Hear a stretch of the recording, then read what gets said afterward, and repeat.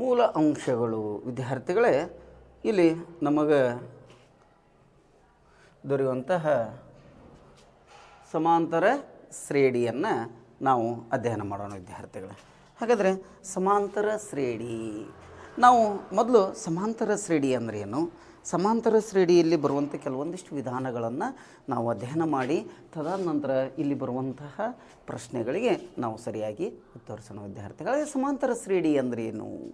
ಶ್ರೇಣಿ ಅಂದರೆ ಒಂದು ನಿರ್ದಿಷ್ಟ ನಿಯಮಕ್ಕನುಸಾರವಾಗಿ ರಚಿಸಲ್ಪಟ್ಟಂತಹ ವ್ಯವಸ್ಥಿತ ರಚನೆ ಅಥವಾ ಸಂಖ್ಯೆಗಳ ಸಮೂಹವನ್ನು ನಾವು ಶ್ರೇಣಿ ಅಂತ ಕರಿತೀವಿ ವಿದ್ಯಾರ್ಥಿಗಳೇ. ಹಾಗಾದರೆ ಶ್ರೇಣಿ ಸ್ರೆಡ್ಸ್ ಅಂತ ಇರುತ್ತೆ. ಪ್ರೋಗ್ರೆಷನ್, ಹಾಗಾದರೆ ಇಲ್ಲಿ ನಮಗೆ ಅರ್ಥಮೆಟಿಕ್ ಪ್ರೋಗ್ರೆಷನ್ ಸಮಾಂತರ ಶ್ರೇಣಿ ವಿದ್ಯಾರ್ಥಿಗಳೇ. ಹಾಗಾದರೆ ಸಮಾಂತರ ಶ್ರೇಣಿಯ ಕೆಲವೊಂದಿಷ್ಟು ನಾವು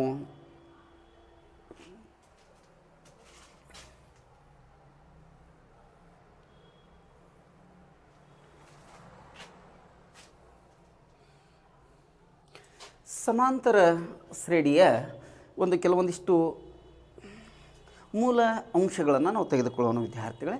ಸಮಾಂತರ ಶ್ರೇಣಿ ಮುಂದಿನ ಘಟಕ ಸಮಾಂತರ ಶ್ರೇಣಿ ವಿದ್ಯಾರ್ಥಿಗಳೇ. ಹಾಗಾದರೆ ಸಮಾಂತರ ಶ್ರೇಣಿಯಲ್ಲಿ ಒಂದು ಅಂಕದ ಎರಡು ಪ್ರಶ್ನೆಗಳು ಮತ್ತು 2 ಅಂಕದ ಒಂದು ಪ್ರಶ್ನೆ ಮತ್ತು 4 ಅಂಕದ ಒಂದು ಪ್ರಶ್ನೆ ವಿದ್ಯಾರ್ಥಿಗಳೇ. ಒಟ್ಟು 8 ಅಂಕ, ಬಹಳಷ್ಟು ಪ್ರಮುಖವಾದಂಥದ್ದು. ಮತ್ತು ಇಲ್ಲಿ ಕೆಲವೊಂದಿಷ್ಟು ನಮಗೆ ಏನು ಮಾಡುವಂಥದ್ದು ಅಂದರೆ ಆಯ್ಕೆಯಾಗಿ ಅನ್ವಯ ಪ್ರಶ್ನೆಗಳು ಕೇಳುವಂಥ ಸಾಧ್ಯತೆಗಳು ಈ ಒಂದು ಘಟಕದಲ್ಲಿ ಹೆಚ್ಚಿನ ಅವಕಾಶಗಳಿದೆ ವಿದ್ಯಾರ್ಥಿಗಳೇ. ಯಾವುದೇ ಗೊಂದಲಕ್ಕೀಡಾಗದೆ ಅತ್ಯಂತ ಸುಲಭವಾಗಿ ಸಮಾಂತರ ಶ್ರೇಣಿಯನ್ನು ನಾವಿಲ್ಲಿ ಅಧ್ಯಯನ ಮಾಡೋಣ. ಹಾಗಾದರೆ ಸಮಾಂತರ ಶ್ರೇಣಿ ಅಂದರೆ ಏನು? 2 ಅನುಕ್ರಮ ಪದಗಳ ನಡುವಿನ ವ್ಯತ್ಯಾಸ ಸ್ಥಿರವಾಗಿದ್ದರೆ, ಅಂದರೆ ಒಂದು ಹಿಂದಿನ ಪದ ಅದಕ್ಕೆ ನಿರ್ದಿಷ್ಟವಾದ ಸಂಖ್ಯೆಯನ್ನು ಸೇರಿಸುವುದರೊಂದಿಗೆ ಮುಂದಿನ ಪದವನ್ನು ಪಡೆಯೋದಕ್ಕೆ, ಅಥವಾ 2 ಅನುಕ್ರಮ ಪದಗಳ ನಡುವಿನ ವ್ಯತ್ಯಾಸ ಸ್ಥಿರವಾಗಿದ್ದರೆ ಅಂತಹ ಒಂದು ಶ್ರೇಣಿಯನ್ನು ನಾವು ಸಮಾಂತರ ಶ್ರೇಣಿ ಅಂತ ಕರಿತೀವಿ ವಿದ್ಯಾರ್ಥಿಗಳೇ. ಹಾಗಾದರೆ ಸಮಾಂತರ ಶ್ರೇಣಿ ಎಂದಾಗ ಸಮಾಂತರ ಶ್ರೇಣಿಯ ಪದಗಳನ್ನು A1, A2, A3, A4 up to dash AN ಅಂತ ಕರಿತೀವಿ ವಿದ್ಯಾರ್ಥಿಗಳೇ. ಸಮಾಂತರ ಶ್ರೇಣಿಯ ಪದಗಳು ಅಂಥೇಳಿ A1, A2, A3, A4 up to dash AN. ಇಲ್ಲಿ ವಿದ್ಯಾರ್ಥಿಗಳೇ ಮೊದಲ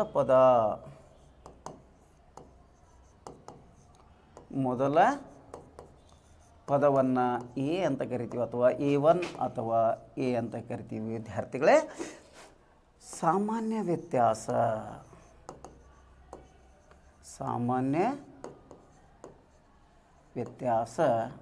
ಡಿ ಅಂತ ಕರಿತೀವಿ ವಿದ್ಯಾರ್ಥಿಗಳೇ. ಸಾಮಾನ್ಯ ವ್ಯತ್ಯಾಸ ಡಿ ಮತ್ತು AN ಅನ್ನು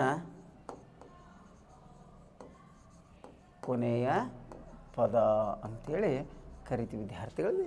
ಸಮಾಂತರ ಶ್ರೇಣಿ, ಹಾಗಾದರೆ ಸಮಾಂತರ ಶ್ರೇಣಿ ಅಂದರೆ ಈಗಾಗಲೇ ನಾವು ಅಧ್ಯಯನ ಮಾಡಿದ್ವಿ ವಿದ್ಯಾರ್ಥಿಗಳೇ, 2 ಅನುಕ್ರಮ ಪದಗಳ ನಡುವಿನ ವ್ಯತ್ಯಾಸ ಸ್ಥಿರವಾಗಿರಬೇಕು. ಹಾಗಾದರೆ ಅನುಕ್ರಮ ಪದಗಳ ನಡುವಿನ ವ್ಯತ್ಯಾಸ ಸ್ಥಿರವಾಗಿರುವುದಂದರೆ ಯಾವ ಥರ?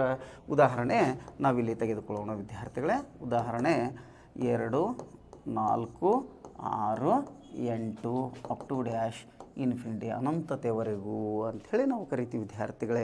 ಈಗಾಗಲೇ ನೀವು ಪರಿಮಿತ ಸಮಾಂತರ ಶ್ರೇಣಿ, ಅಪರಿಮಿತ ಸಮಾಂತರ ಶ್ರೇಣಿ ಬಗ್ಗೆ ಅಧ್ಯಯನ ಮಾಡಿದ್ರಿ ವಿದ್ಯಾರ್ಥಿಗಳೇ. ಇಲ್ಲಿ ಕೆಲವೊಂದಿಷ್ಟು ನೇರವಾಗಿ ನಾವು ಪ್ರಶ್ನೆಗಳನ್ನು ತೆಗೆದುಕೊಂಡು ನಿಮಗೆ ಅತ್ಯಂತ ಸುಲಭವಾಗಿ ಅಂಕವನ್ನು ತೆಗೆದುಕೊಳ್ಳುವಂಥದ್ದು ವಿದ್ಯಾರ್ಥಿಗಳೇ. ಮೊದಲನೇ ಪದ ಯಾವಾಗಲೂ A1, A2, A3, A4 ಆಗಿರುತ್ತೆ ವಿದ್ಯಾರ್ಥಿಗಳೇ. ಈ ರೀತಿಯಾಗಿ ನಾವು ಸಮಾಂತರ ಶ್ರೇಣಿಯನ್ನು ತೆಗೆದುಕೊತೀವಿ. ಇನ್ನು ಸಮಾಂತರ ಶ್ರೇಣಿಯ ಅತ್ಯಂತ ಬಹುಮುಖ್ಯವಾದಂಥದ್ದು ಸಮಾಂತರ ಶ್ರೇಣಿಯ ಸಾಮಾನ್ಯ ರೂಪ ಅಥವಾ ಸ್ಟ್ಯಾಂಡರ್ಡ್ ಫಾರ್ಮ್ ಆಫ್ AP. ಈ ಸಾಮಾನ್ಯ ರೂಪ ಸ್ಟ್ಯಾಂಡರ್ಡ್ ಫಾರ್ಮ್ ಆಫ್ AP ಅಂತ ಕರಿಬೋದು ವಿದ್ಯಾರ್ಥಿಗಳೇ. A plus D, A plus 2D up to dash A plus N-1 into D ಸಮಾಂತರ ಶ್ರೇಣಿಯ ಸಾಮಾನ್ಯ ಪದ ಅಥವಾ ಸಾಮಾನ್ಯ ರೂಪ ಅಂತ ಕರಿತೀವಿ ವಿದ್ಯಾರ್ಥಿಗಳೇ.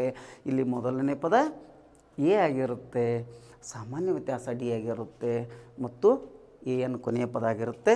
ಇಲ್ಲಿ ಡಿ ಅನ್ನೋದು ವಿದ್ಯಾರ್ಥಿಗಳೇ, ಡಿ ಅಂತಂದರೆ ನಮಗೆ A2 ಮೈನಸ್ A1 ಅಂಥೇಳಿ ಸಾಮಾನ್ಯ ವ್ಯತ್ಯಾಸ. Common difference is the difference of two numbers in between difference of two numbers ಅಂತೇಳಿ ಕರಿತೀವಿ ವಿದ್ಯಾರ್ಥಿಗಳೇ.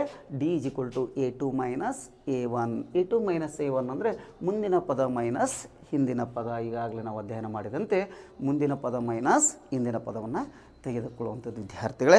ತದಾದ ನಂತರ ಇಲ್ಲಿ ನಾವು ಬಹುಮುಖ್ಯವಾಗಿ ನೆನಪಿಟ್ಟುಕೊಳ್ಳುವಂಥದ್ದು ಅಂದರೆ ವಿದ್ಯಾರ್ಥಿಗಳೇ, ಇಲ್ಲಿ ಬರುವಂತಹ ಸೂತ್ರವನ್ನು ನಾವು ಪ್ರತಿಯೊಂದು ಘಟಕದಲ್ಲಿ ಬರುವಂತಹ ಸೂತ್ರಗಳನ್ನು ಅತ್ಯಂತ ಮನನವಾಗಿ ನಾವು ನೆನಪಿಟ್ಟುಕೊಂಡಾದ್ರಾಗ ವಿದ್ಯಾರ್ಥಿಗಳೇ ಅಂಕವನ್ನು ನಾವು ಸುಲಭವಾಗಿ ಪಡೆಯುವಂಥದ್ದು. ಪ್ರತಿಯೊಂದು ಸೂತ್ರವನ್ನು ಪ್ರತಿ ಘಟಕದಿಂದ ಬರುವಂತಹ ಎಲ್ಲ ಸೂತ್ರಗಳನ್ನು ನಾವು ಒಂದು ಕಡೆ ನಾವು ಅದನ್ನು ಬರೆದುಕೊಂಡು ಅದನ್ನು ಸರಿಯಾಗಿ ನಾವು ಪ್ರತಿದಿನ ಮನನ ಮಾಡುತ್ತಾ ಇದ್ದಾಗ ವಿದ್ಯಾರ್ಥಿಗಳೇ ಅತ್ಯಂತ ಸುಲಭವಾಗಿ ಗಣಿತದಲ್ಲಿ 100ಕ್ಕೆ 100 ಯಾವುದಾದ್ರೂ ಒಂದು ವಿಷಯ 100ಕ್ಕೆ 100 ತೆಗೆದುಕೊಳ್ಳುವಂಥ ವಿಷಯ ಯಾವುದಾದ್ರೂ ಇದ್ದರೆ ಅದು ಕೇವಲ ಗಣಿತ ವಿದ್ಯಾರ್ಥಿಗಳೇ. ಗಣಿತದ ನೋಡುವ ದೃಷ್ಟಿಯನ್ನು ನಾವು ಅತ್ಯಂತ ವಿಶಾಲವಾಗಿ ಮತ್ತು ದೃಷ್ಟಿಯನ್ನು ನಾವು ಸಹಕರಿಸಿದಾಗ ಅಥವಾ ಅತ್ಯಂತ ಸುಲಭವಾದಂತಹ ವಿಷಯ ಅಥವಾ ಅದನ್ನು ಅತ್ಯಂತ